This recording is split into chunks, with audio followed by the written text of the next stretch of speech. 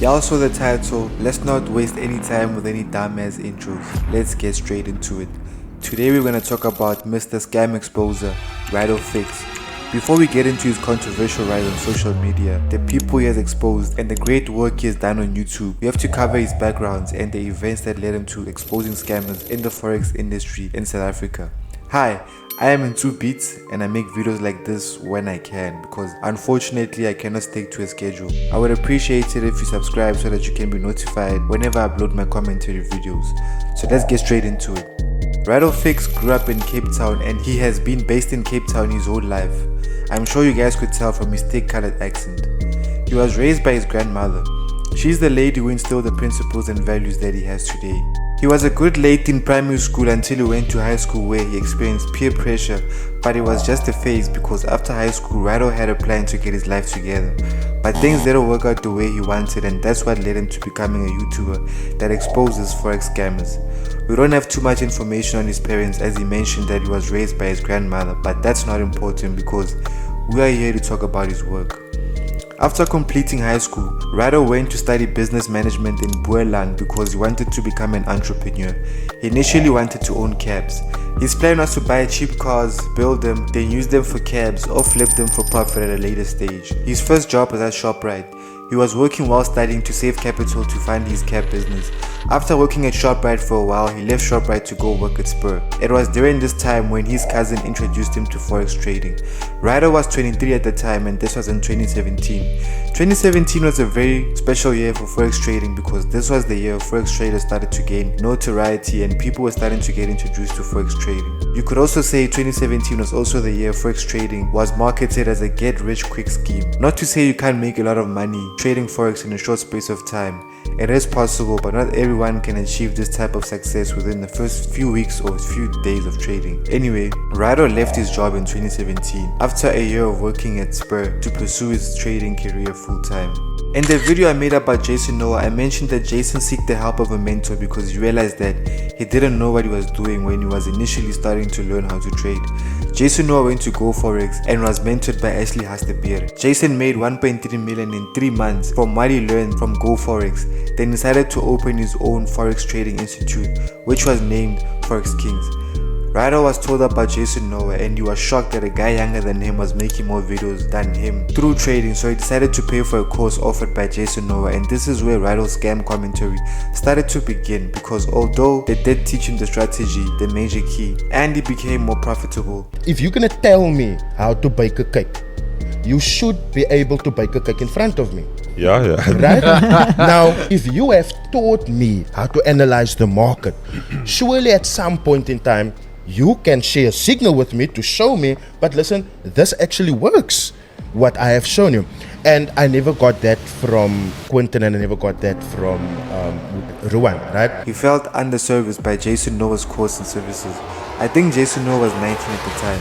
Jason Noah used to do tours around the country, sometimes to countries like Namibia and Botswana to host seminars and teach people his trading strategy and the basics of forex trading. Rydall attended one of them when Jason's team was in Cape Town, which cost Rydall 2,500 rand. Rydall was taught by Quentin and Ruan. These classes were held at Lagoon Beach Hotel. What surprised Rydall was when he met his mentors, they were not wearing any flashy clothing or driving any ridiculously expensive cars.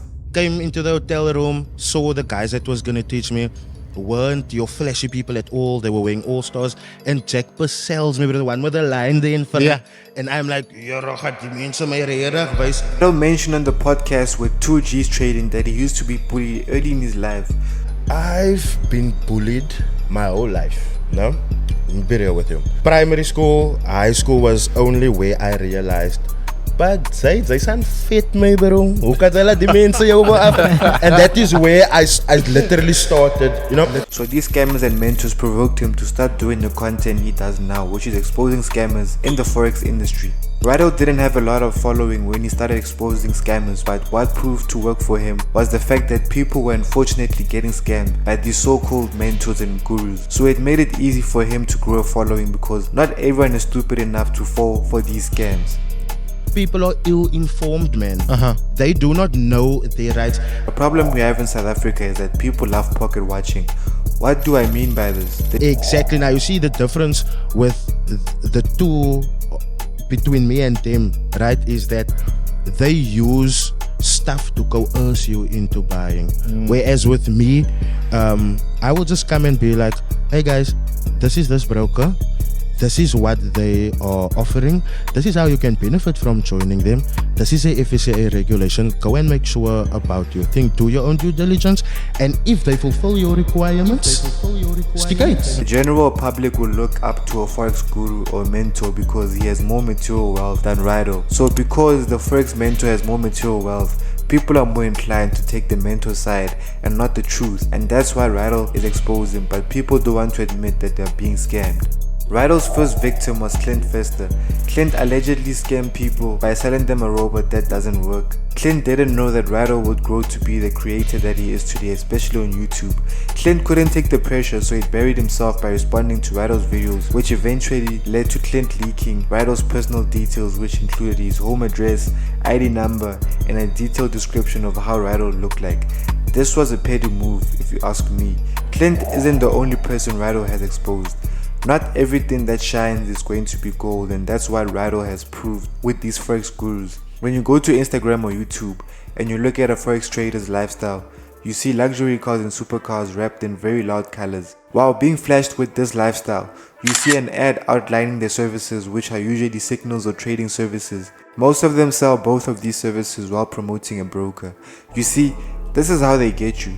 First of all, these people are unqualified to provide you with the financial services that they're selling because they are not registered with the FSCA as financial advisors.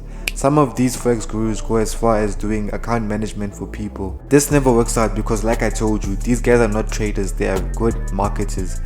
Only a few of these guys know what they're doing. Rolly or Jack has proved this by subscribing to most of these forex mentors' signal groups, and the results were bad. The forex industry still needs a lot of work in South Africa because most of these forex gurus need to be behind bars because these people are not traders. They are marketers, and they are great ones too. They take your money promising you high returns on your trades and a luxurious lifestyle.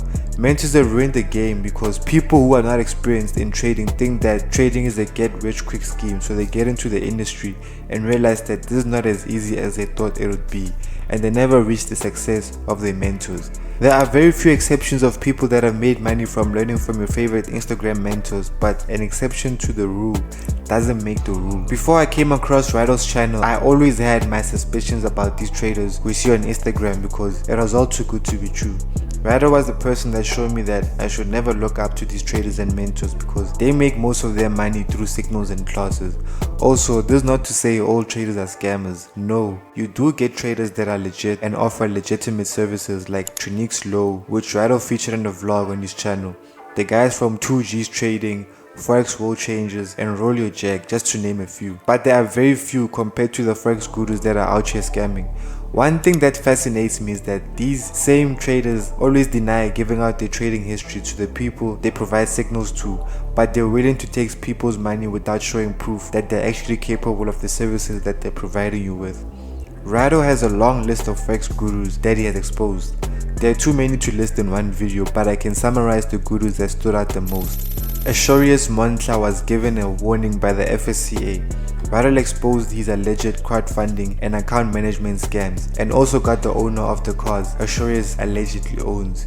Yeah, you can see King Abashwe uploading a picture of an Audi TTS saying on Wednesdays we choose the TT, right? But then here you see a picture of Leadership Montla in front of a TTS as well.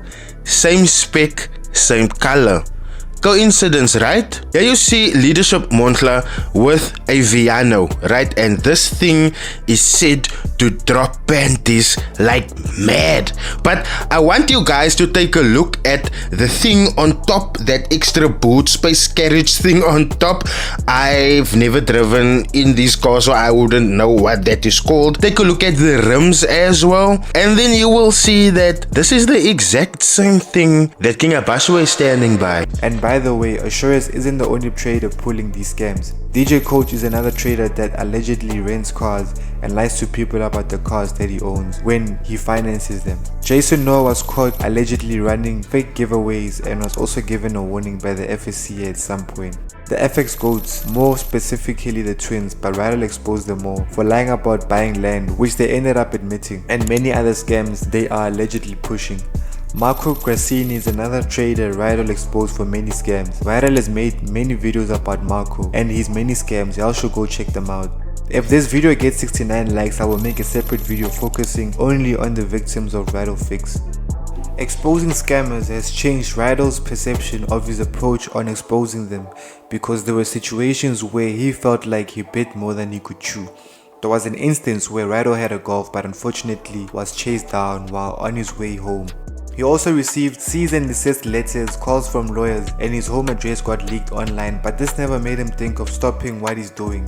This caused some of his mother's family to move closer to keep him and his immediate family close. Another downfall of doing what Rydall does is always having to look over your shoulder because of what he does.